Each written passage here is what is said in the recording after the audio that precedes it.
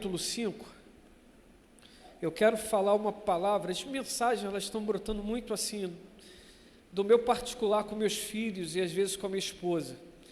Eu sinto, querido visitante, muito bom estar contigo, quem está aí em cima, aqui também. Eu converso muito com meus filhos e minha esposa. Eu acredito muito na restauração do culto no lar, de ensinar a partir da casa. Não impor, mas explicar o caminho, orientar, conduzir. Eu acredito muito nisso. Eu acredito que a gente precisa construir um ambiente do lar em que Jesus se sinta à vontade dentro da nossa casa. Então, eu brigo muito por isso. Eu corro muito atrás disso. E nesse último tempo, Ricardo, isso tem intensificado cada vez mais. Porque o meu coração cada vez mais vem se inclinando para minha família, meus filhos, minha princesinha, meu príncipe. E cada vez mais faz sentido para mim pastorear cada vez mais o meu lar. E eu penso que é uma mudança muito profética daquilo que o Senhor também está a realizar na PIB do Jardim Meriti. Estávamos evangelizando, orando na quinta-feira, Ivone, Mara, eu e mais uma irmã, na unção de Deus, fomos numa casa ali orar, e no meu coração brotou o desejo de fazer com que a igreja, naquilo que é possível, se tornasse mais conhecida. Então, orando ao Senhor naquela caminhada, pegando o carro depois indo embora, eu pensei, esse lugar é muito grande. E glória a Deus por isso, essa localidade é muito grande. A igreja, ela precisa estar em cada rua dessa localidade. Ela precisa estar em cada rua. Ela precisa alcançar as pessoas pelo relacionamento. Ela precisa alcançar as pessoas através do evangelho genuíno do Senhor Jesus Cristo. As pessoas precisam ter um alvo, precisam ter um parâmetro. Eu tenho dito aqui que eu acredito no meu coração que até o final do ano nós teremos dificuldades com cadeiras e com espaços.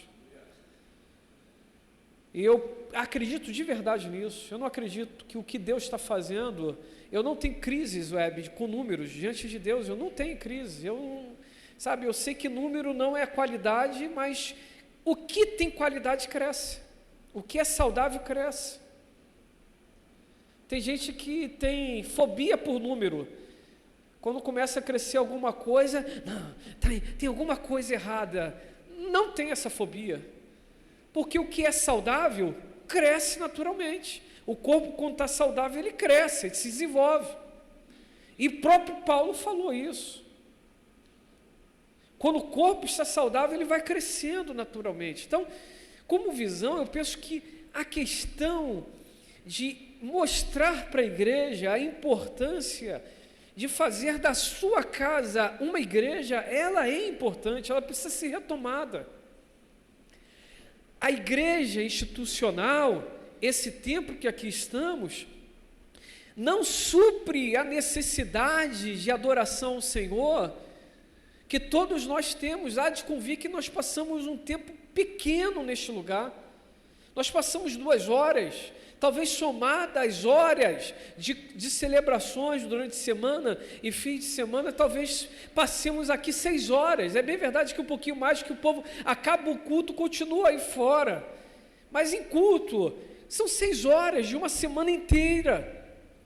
E se a gente então achar que essas 6 horas nos suprirá, nós poderemos cair no engano e afundarmos. Mas não seria então interessante se levássemos essa atmosfera, essa percepção para as nossas casas? De ensinarmos os nossos filhos na nossa casa? De buscarmos o Senhor, de levantarmos um altar de adoração na nossa casa? Mas para isso não tem dúvidas que muitas coisas elas precisam ser colocadas para fora, porque há de convir que Jesus, ele quer morar em nossas vidas.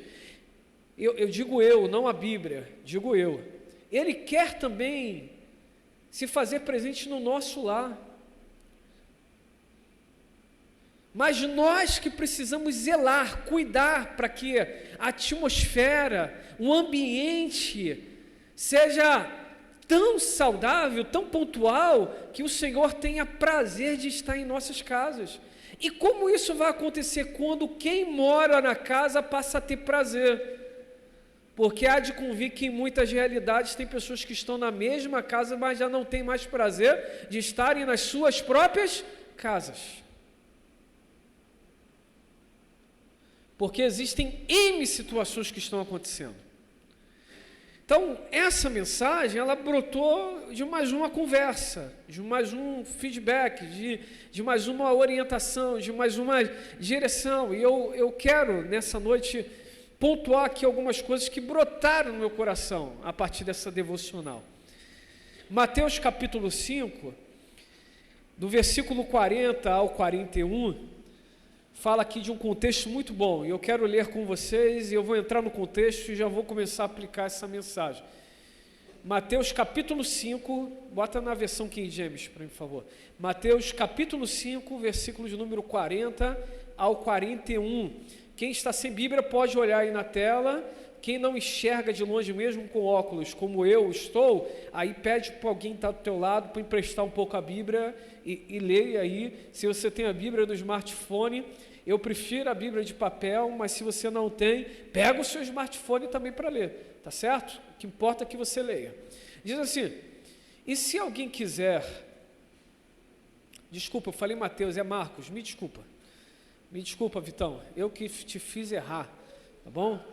Marcos, me perdoe, falei Mateus, é Marcos.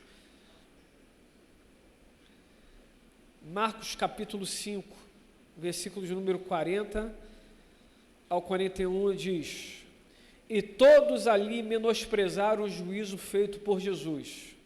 Ele, contudo, mandou que saíssem, diz assim, mande sair.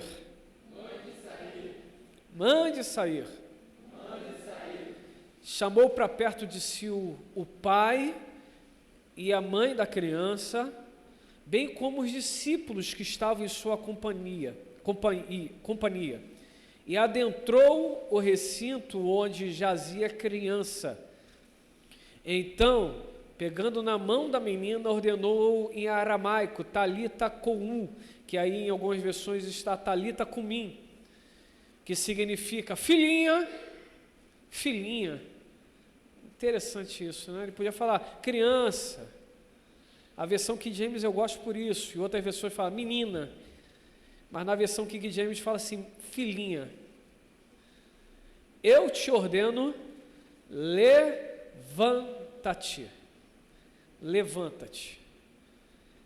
Mande sair. Você pode repetir comigo? Mande sair.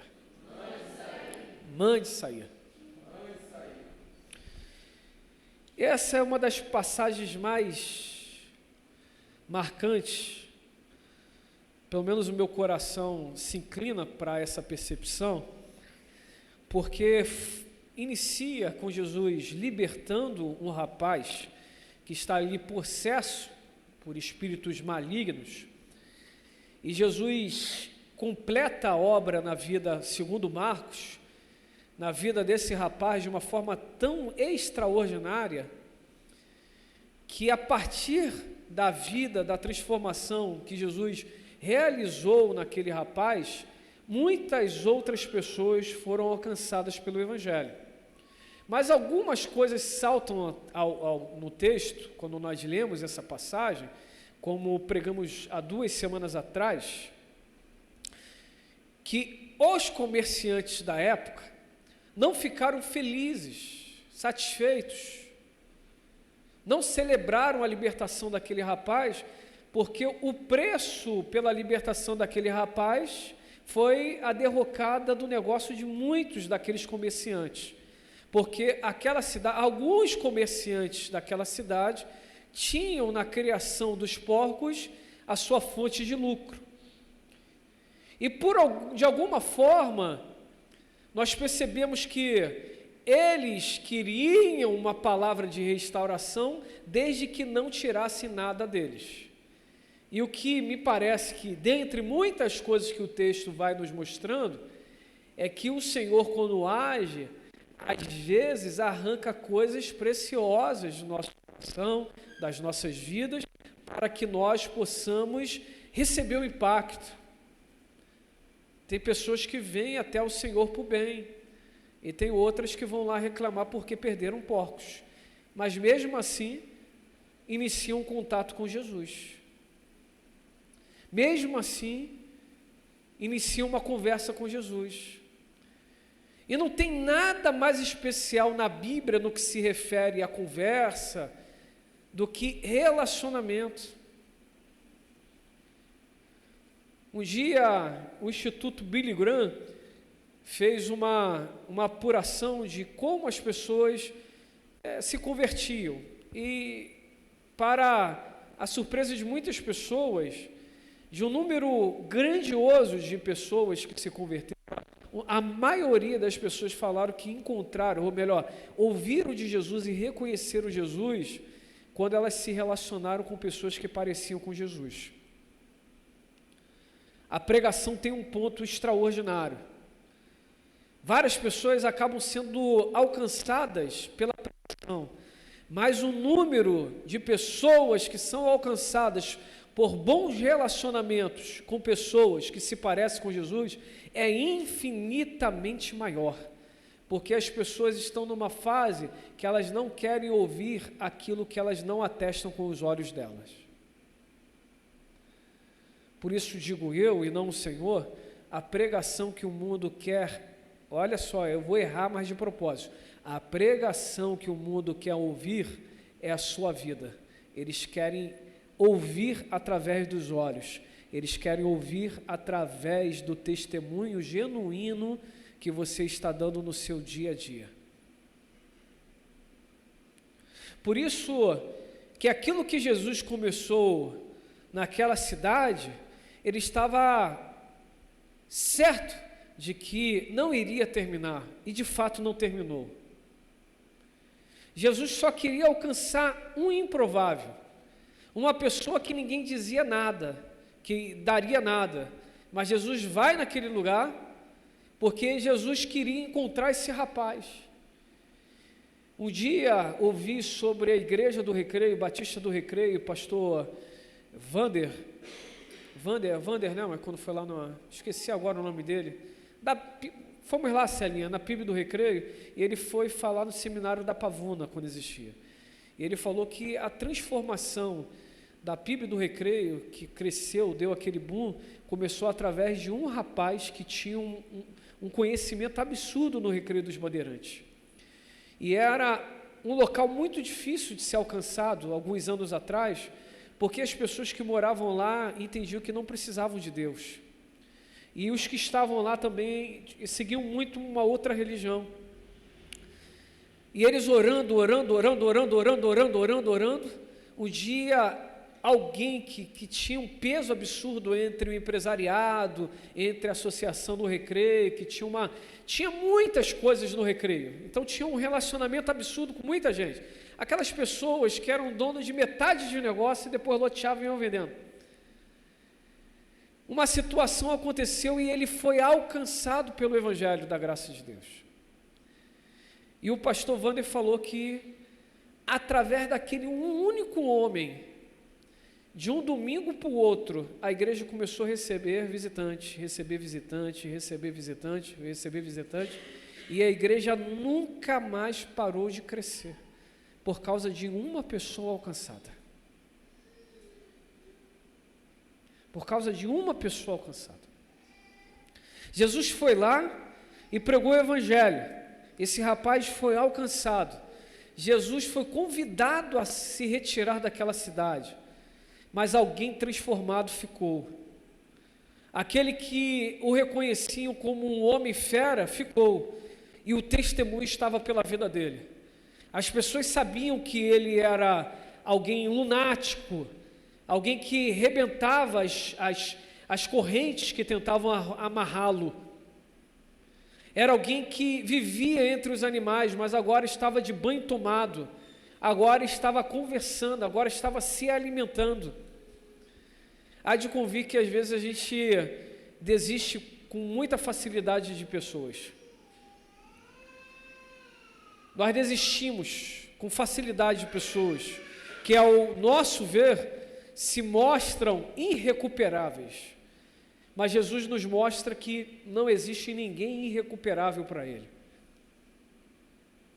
Segue essa passagem com Jesus atravessando aquele lugar, e quando chega, ele é rapidamente apertado por um número absurdo de pessoas, e dentre essas muitas pessoas vem um homem, que também, olha como Deus faz, que também era conhecido e respeitado na cidade. Era alguém que estava ali, que tinha autoridade. Esse homem se chamava Jairo. Era alguém que era benquisto. Olha a situação, alguém que as pessoas tinham medo em uma ponta, Jesus atravessa e encontra outra pessoa que as pessoas amam. E essa pessoa chega com uma causa para Jesus. Ele diz: mestre, minha filha está terrivelmente doente. Versículo de número 22. Eu estou aqui me humilhando. Vá na minha casa, porque minha filha precisa da ajuda. Essa moça tinha 12 anos. Imagine o coração de um pai, vendo a sua filha padecendo pelas doenças. O que um pai não é capaz de fazer pelos seus filhos. O que um homem não é capaz de fazer porque ele se importa. Esse homem se lança aos pés de Jesus em humildade, em quebrantamento, e pede para o Senhor para ir à sua casa, e Jesus vai com aquele homem. Olha que coisa maravilhosa. Jesus vai com aquele homem. Me permita aqui a primeira verdade nesse texto. Não tenha vergonha de se aproximar de Jesus.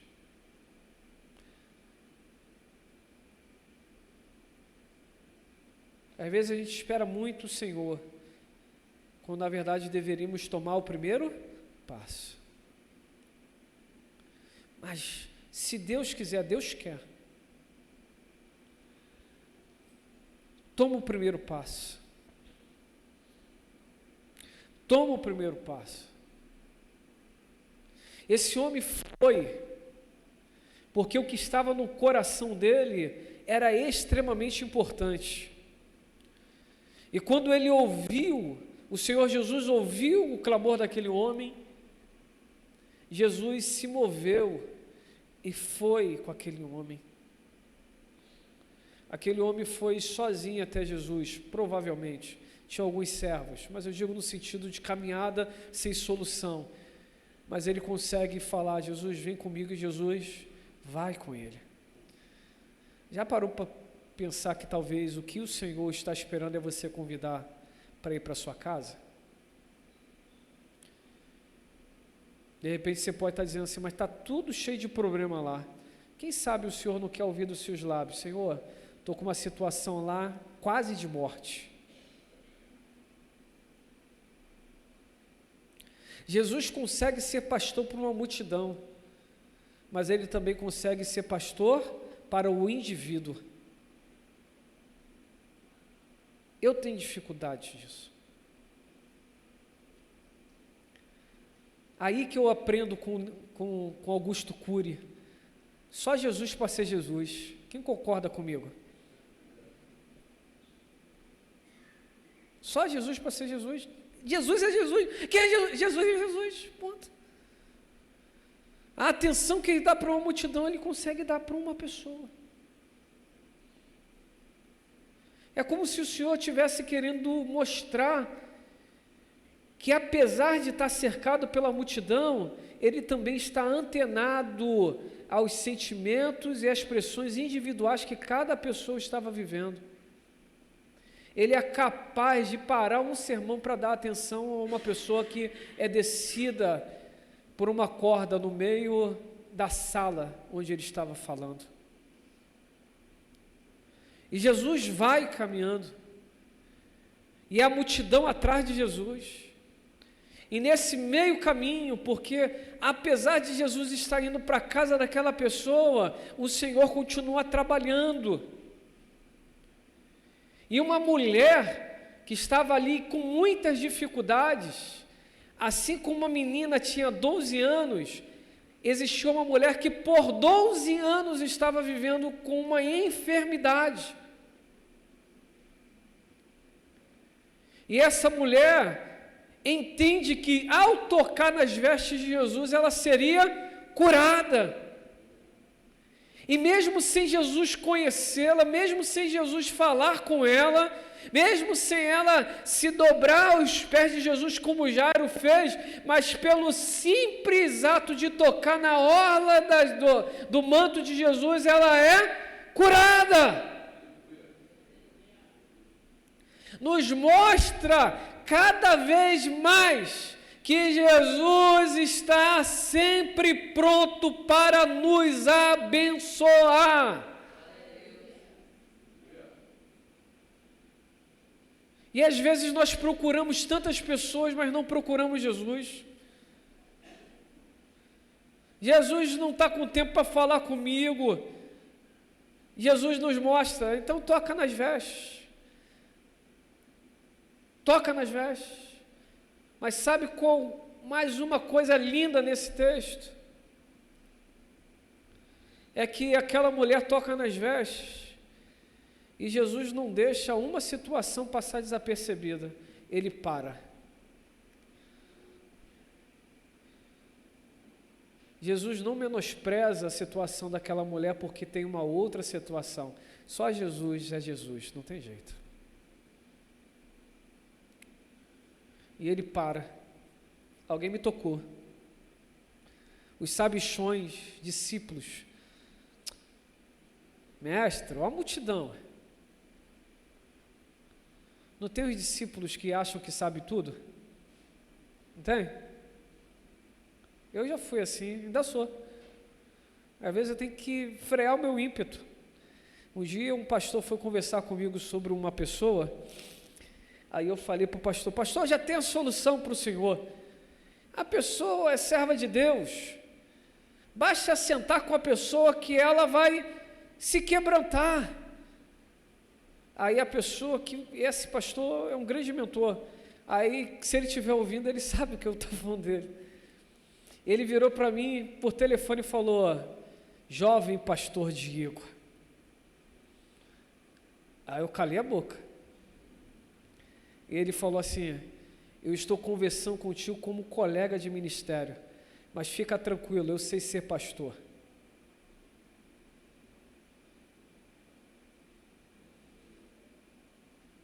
Das minhas ovelhas eu sei cuidar. Aí eu humildemente falei, me perdoe, eu me apressei com as minhas palavras. Aí ele voltou e disse, eu sei, mas eu vou continuar conversando contigo, porque eu preciso conversar.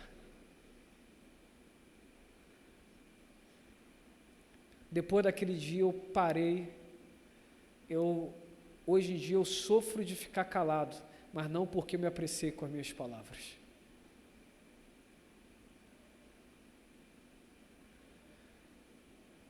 Eu vou ficar com raiva desse pastor. Você precisa sempre respeitar o que a pessoa carrega. E tem coisas no dia a dia que só quem está vivendo sabe. Mas foi uma pancada doída. E às vezes quando me chamam para conversar, eu falo, fala que o teu servo ouve.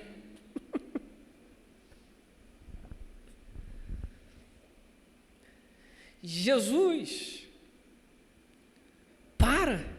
Os discípulos querem, mas mestre, tem uma multidão, vamos logo para a casa desse homem. Longe de mim, é apenas conjecturações. Mas os discípulos, a última refeição que tinha comido foi com aquele ex-endemoniado. Poderia ser que aqueles discípulos estavam com fome. Quem acredita que servos de Deus também ficam com fome? Dorme. Quem acredita nisso? Que às vezes a gente fica mal-humorado também. Acontece tudo, fica cansado. Fica. Tem gente que acha que é anjo, que não cansa, que não fica estressado, que não dá canelada nos outros. Sou um anjo.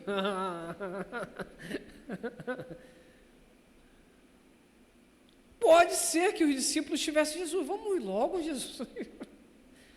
Vamos lá, logo na casa do Jairo. E Jesus para dar atenção. Porque o que Jesus quer não é apenas curar o ser humano, o que Jesus quer é estabelecer um contato ao coração do ser humano. O ser humano pode ser curado e ainda assim ir para o inferno. Mas a obra que o Senhor quer fazer não é apenas curar, é conduzir aos céus. E sem falar com Jesus, não tem como ir para o céu.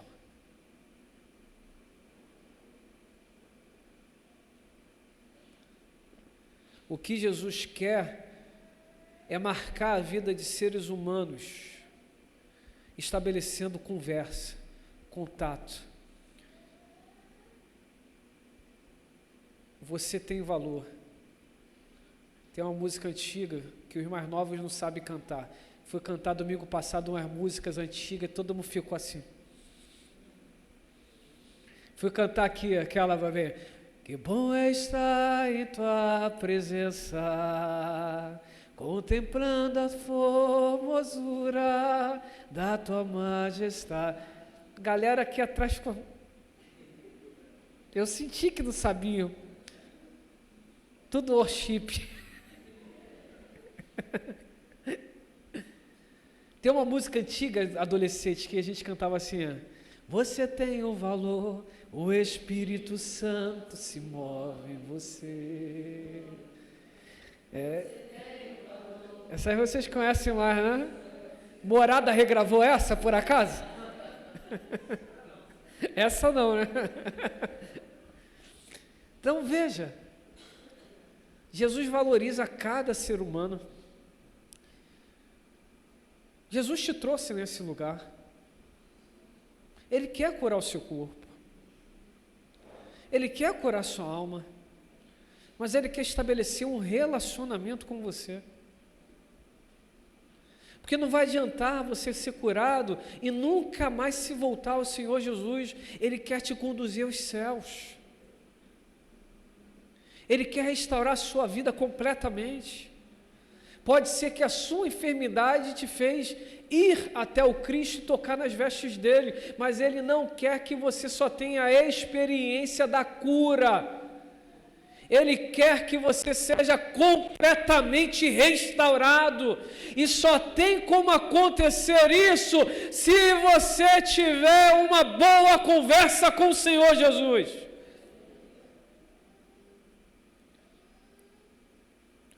Aquela mulher totalmente curada, as pessoas ficam absurdamente impressionadas. Quem é esse homem? E Jesus continua a caminhada dele. Ele continua andando. Mostra que ele está sempre em movimento. E ao andar, chega a notícia: não pressione mais o mestre, a tua filha já morreu. Versículo de número 35. Ela está morta. Não adianta mais ir na casa. E Jesus continua a caminhada, porque Jesus nunca para aquilo que Ele iniciou. Vira para quem está ao teu lado e fala: Jesus não para o que Ele iniciou. Foi o Senhor que te trouxe nessa casa para ouvir essa palavra. Ele não para de trabalhar. Ele não para. Ele não para. E Jesus vai até a casa de Jairo, porque Jesus queria estar naquela casa. Eu até acredito que, se fosse o caso, mesmo se não tivesse ninguém doente, se Jairo chegasse para Jesus e falasse: Senhor, vai lá na minha casa, eu preparei um café da tarde para o Senhor. Quem acredita que o Senhor Jesus iria? Sabe?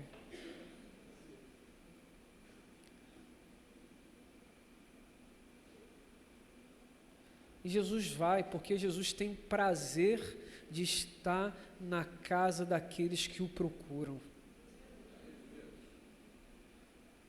Jesus tem prazer de entrar na sua casa. Meu Deus, aleluia.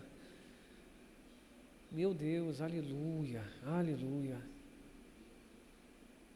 Você não pode estar mais com prazer de ficar na sua casa, mas Jesus tem prazer de estar lá. E Jesus, ele continua. E quando ele chega naquele lugar, algo extraordinário acontece. Existiam profissionais do choro, pessoas que eram pagas para ficarem chorando quando alguém morria. No Antigo Testamento conta-se a história dessas pessoas. Alguém morria, pagava o valor e a pessoa ficava lá perto do morto, do túmulo.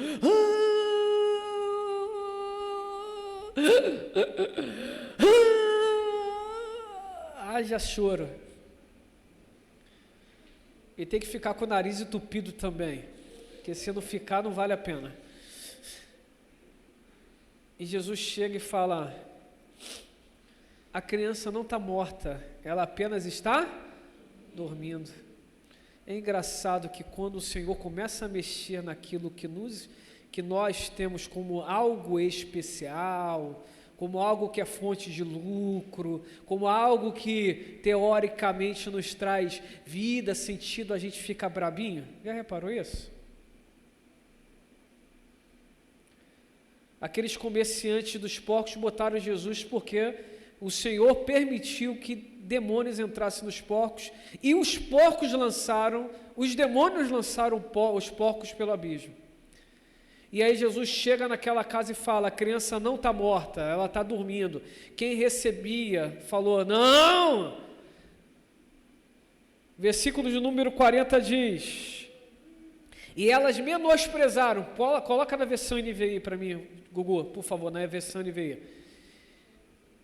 Mas todos começaram a rir. Salvo engano, na Revista e Corrigida diz que todas elas menosprezavam. Pouco caso. Quem é Jesus para falar? Nós somos profissionais da morte. Nós somos pagas para ficar chorando quando os outros morrem. Eu conheço morto, morto é morto. E esse Jesus vem aqui falar que está dormindo? Eu conheço, eu domino. Falou de morte, é tudo meu, eu domino, esse é o meu negócio. E Jesus chega lá e fala: está dormindo. Eu acho que elas ficaram rindo de Jesus ou menosprezando. Primeiro ponto, porque nós não gostamos de perder coisas.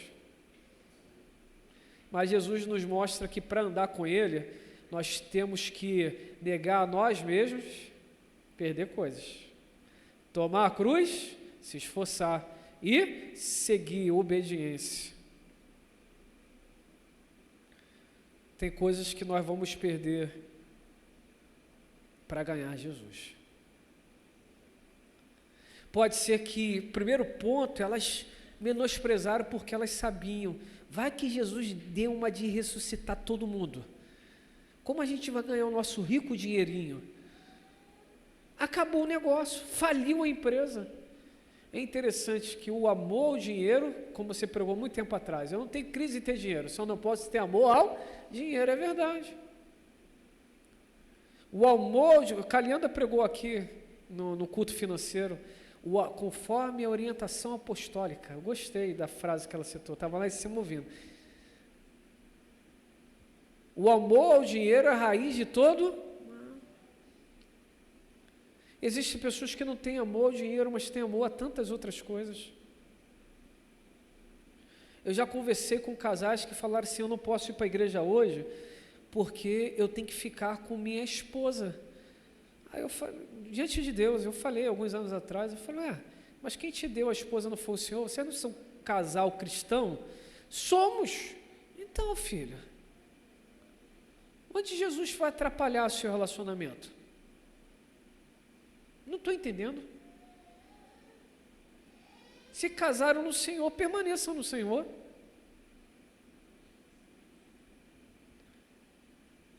Não, minha esposa não é cristã. Outra conversa.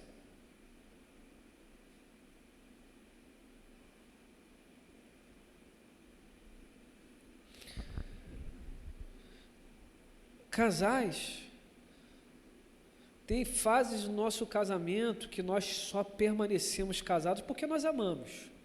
E segundo, porque nós amamos mais a Deus do que o nosso próprio cônjuge.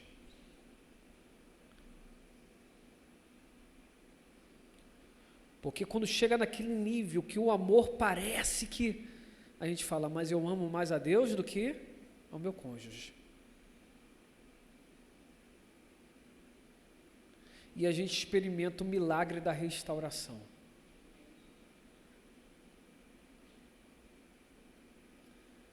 Quem coloca Jesus para fora de casa está fazendo um mau negócio.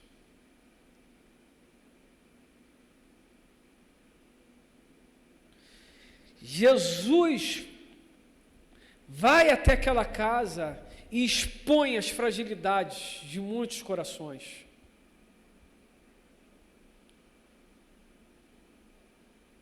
Ele só disse, não está morta, está dormindo. E foi o suficiente para trazer um ambiente de risadas, de menosprezos.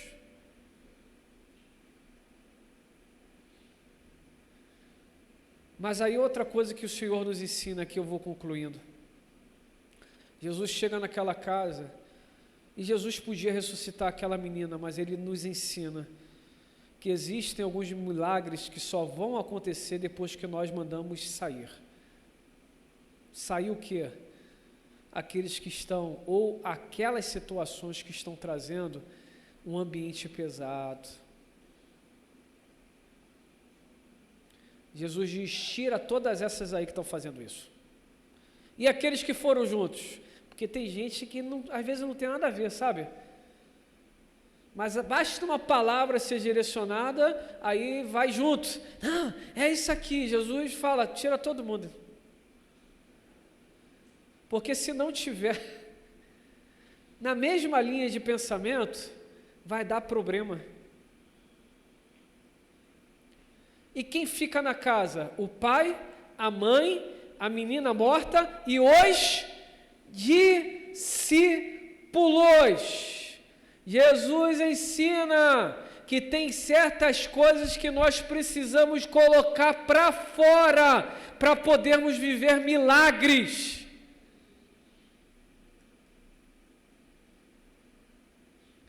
Mas foi meu jeito, eu estou sorrindo, eu estou caçoando. Foi a minha maneira, foi do meu jeito. Jesus, vai todo mundo para fora. O que eu vou fazer? Vamos orar. Mas quem vai orar? O pai, a mãe e os discípulos. Coloca para fora as confusões da sua casa. Coloca para fora os disse-me-disses. Zero o que tiver que zerar. O esposo e a esposa. Que coisa linda. Jesus é tremendo no que faz. Coloca para fora.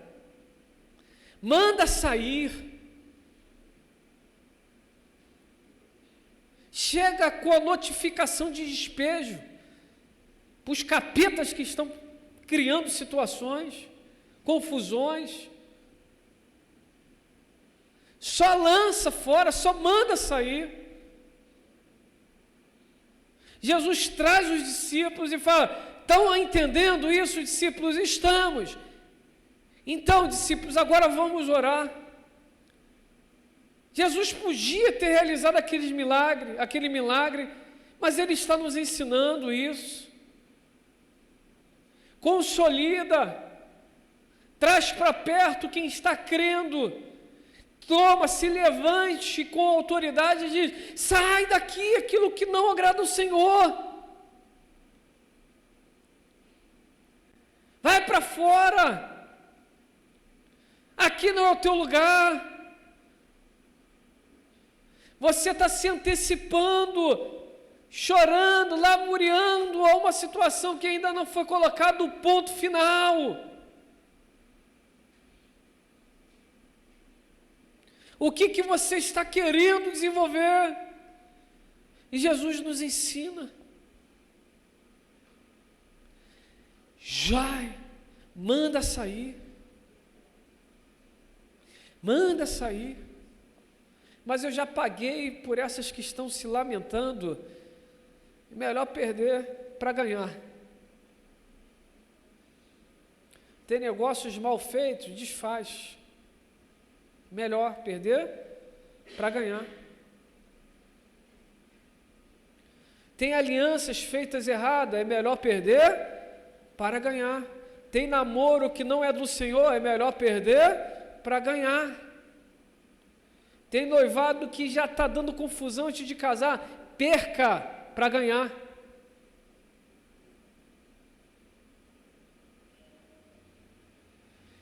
Abra mão se for o caso, mas prefira andar em paz com Deus.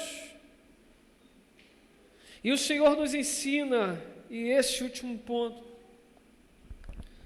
que tem coisas que nós temos que nos levantar de fato com essa autoridade, para que os milagres aconteçam.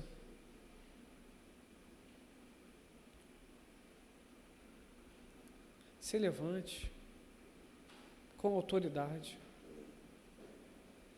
Eu gosto da cena do filme Quarto de Guerra, em que uma senhora que estava sendo discipulada, ela toma a rédea da situação e ela vai orando dentro da casa dela, e ela abre a porta da casa dela e diz: Satanás, vai embora, manda sair. Manda sair. Palavras infelizes, manda sair. Sentimentos facciosos, manda sair. Ciúmes extremos, mande sair. Perfeccionismo absurdo, manda sair.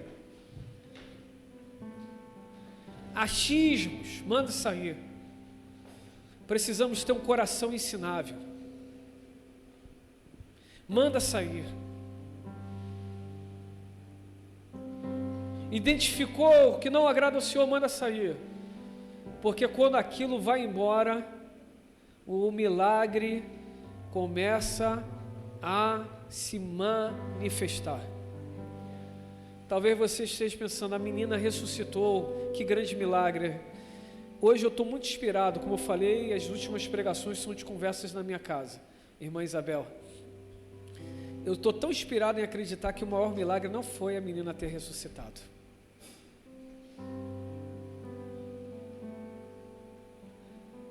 A maior marca não foi a menina ter ressuscitado. O ponto auge não foi a menina ter ressuscitado. Foi Jesus ter feito tudo isso naquela casa. Que a nossa casa seja um lugar não de lamúria, de acusação, de menosprezo, de rivalidade, de partidarismos, de brigas absurdas. Que a nossa casa seja um pedacinho do céu. Que o Senhor diga: está morta? Não, eu continuo, eu vou naquela casa. Eu vou naquela casa. Eu gosto de dizer isso, mais uma vez repito: Senhor, a minha casa fica naquela rua, aquele lote, o muro é chapiscado, o portão é fechado, a porta é de alumínio, tem tantos cômodos. Vá lá e entra. Como dizem os meus irmãos e amigos, passa com a sua vassoura de fogo. Tira tudo aquilo que não te agrada, mas faz da minha casa também a sua casa, Senhor. Quem consegue orar nessa noite desse jeito? Senhor, que a minha casa seja a tua casa, que a minha vida seja totalmente para o Senhor. Quem consegue nessa noite dizer: a minha casa fica em tal rua, Senhor. Lá na minha casa está vivendo isso, está tendo isso, está desse jeito. Mas vai lá, Senhor. Minha filha está moribunda, minha situação está moribunda, minha finança, meu casamento, minha espiritualidade, meu Deus, aleluia, obrigado, Senhor. A espiritualidade da minha casa está meio moribunda, porque olhos para os meus filhos estão quase mortos. Meu Deus, aleluia, Pai, se move, Pai. Não deixe que os seus filhos morram espiritualmente. Vai, se mova de região, de geografia. Dê os seus passos com fraqueza, com dores, com angústia, mas vai encontrar Jesus. Vai encontrar Jesus.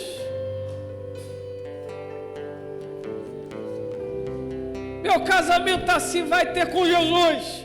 Jesus, meu casamento está assim, está igual aquela menina. Vai ter com Jesus. Você vai experimentar algo formidável, que Jesus terá prazer de ir na tua casa. Mas te prepares, porque quando Ele chega, pode ser que Ele te dê direção. Lá naquele homem, Ele tomou a rédea, mas pode ser que na sua casa Ele comece a abrir os seus olhos, os seus ouvidos e diga: tá vendo aí o que você tem que fazer? O que? Manda sair. Manda sair. Meus filhos serão abençoados. Eles terão profissão, mas eles serão ungidos. Eles amarão a casa do Senhor, assim como amam o Senhor. Serão pastores, serão pastoras, serão evangelistas, serão mestres. Meus filhos serão aquilo que Deus estabeleceu para eles serem. Eu e a minha casa serviremos ao Senhor. Eu e a minha casa serviremos ao Senhor. As lamuriadoras, aquelas que desprezam, aquelas que acusam, não têm espaço. Se levante com autoridade. Termino isso aqui. Grave, isso é muito forte, profético para a sua vida. Estava conversando com o pastor, e o pastor falou assim: Diego, cuidado com o espírito que gera um enfraquecimento de autoridade. Como assim? É aquele espírito que se levanta e diz: eu sou Golias. Tenta menosprezar, mas é um baixinho.